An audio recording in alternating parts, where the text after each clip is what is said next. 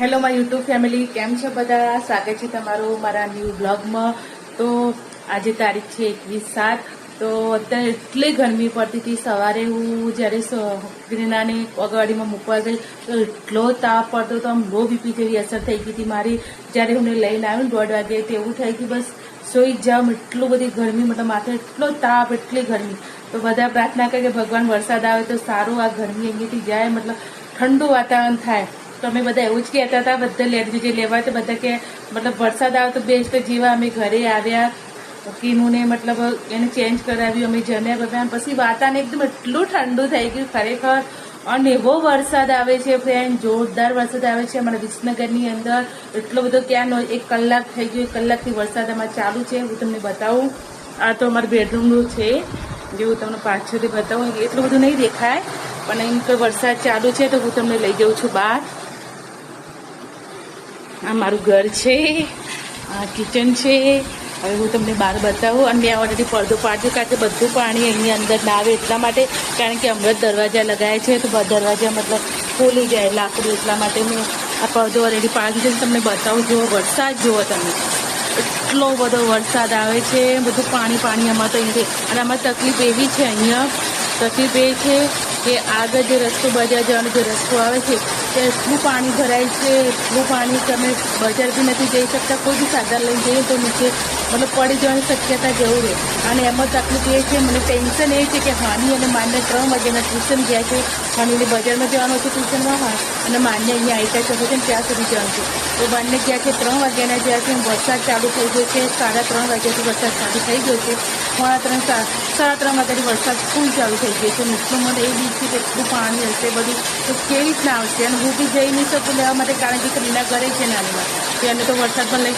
તો હું ફોન કરીશ મેડમ લોકોને કે વરસાદ રહી જાય પછી જ તમે બાળકોને મોકલજો. એમાં કોલ કરવાનો છે ને તમે જોઉં તમને વરસાદ બતાવું. જો કેટલું પાણી આ અમારા સોસાયટીની અંદર, કેટલું પાણી ભરે છે. પાણીથી અહીંયા સુધી આવી ગયું છે. જુઓ,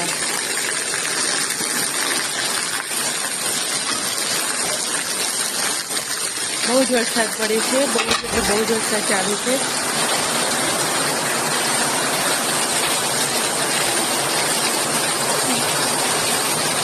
અને વરસાદમાં નાહવાની તો બહુ જ મજા આવે. મને વરસાદમાં નાહવું બહુ જ ગમે છે, પણ ઘરે ક્રીના સૂઈ ગઈ છે એટલે વરસાદમાં નાહવા જવાનું જવાય. એમ તો ક્રીના હોય તો વાંધો નહીં, તો અમે બંને જાય, પણ સૂઈ ગઈ છે એટલે હેરાન કરવું નથી. અને વાતાવરણ એકદમ ઠંડુ થઈ ગયું છે, નાહવા તો મજા આવે. પછી બીમાર પડીએ ને ત્યારે ખબર પડે કે ના પણ અમને ઓલરેડી જ્યારે પહેલો વરસાદ પડે ને ત્યારે તમે બહુ જ નાહ્યા હતા, અને વચ્ચે બી વરસાદ પડે તો ત્યારે બી હું બહુ જ નાહી ધાબા પડે એટલે બહુ જ ઠંડુ, મતલબ વરસાદમાં નાહવાનું બહુ જ મજા આવે. કોને વરસાદમાં નાહવું ગમે છે પ્લીઝ કોમેન્ટમાં જરૂર લખજો. અને જોરદાર વરસાદ પડે છે અમારા વિસનગરની અંદર. હવે ચા બનાવવાનો ટાઈમ થઈ ગયો છે તો ચા બનાવવા જાઉં છું. તો ફ્રેન્ડ, મારો બ્લોગ સારો લાગે તો પ્લીઝ લાઈક, શેર અને કોમેન્ટ કરજો. જે લોકો મારી ચેનલ સાથે નવા જોડાયેલા છે અને ચેનલ સબસ્ક્રાઈબ નથી કરી તો પ્લીઝ સબસ્ક્રાઈબનું બટન દબાવીને પછી જજો. અને જુઓ અમારા વિસનગરનો વરસાદ. હું તમને પાછળથી બધા હિસ્સો બાંધેલો છે, જે હું તમને પાછળથી બી બતાવું. સોરી, વચ્ચે તમને કહી દીધું નહીં કે લાઈક, શેર અને કોમેન્ટ કરજો, પણ તમે પાછળથી જો અમારી પાછળ કેટલું પાણી જુઓ. જેમાં ખેતર છે પાછળ, કેટલું વાદળા તમે જોઈ શકો, કેટલા કાળું, એકદમ કાળું વાતાવરણ, મતલબ આમ વાદળા આખા પાણીથી ભરેલા છે. અને જોરદાર વરસાદ મને લાગે છે આજે આખો દિવસ વરસાદ આવશે એવું લાગે છે. નાઇટથી વરસાદ જેવું લાગશે, કારણ કે ક્યાંય પણ આમ અજવાળા જેવું લાગતું નથી. વાદળા બધા બંધ થઈ ગયા છે. જેવો જોરદાર વરસાદ આવશે. જે બહુ પાણીનો ફ્લો તમે જોઈ શકો છો.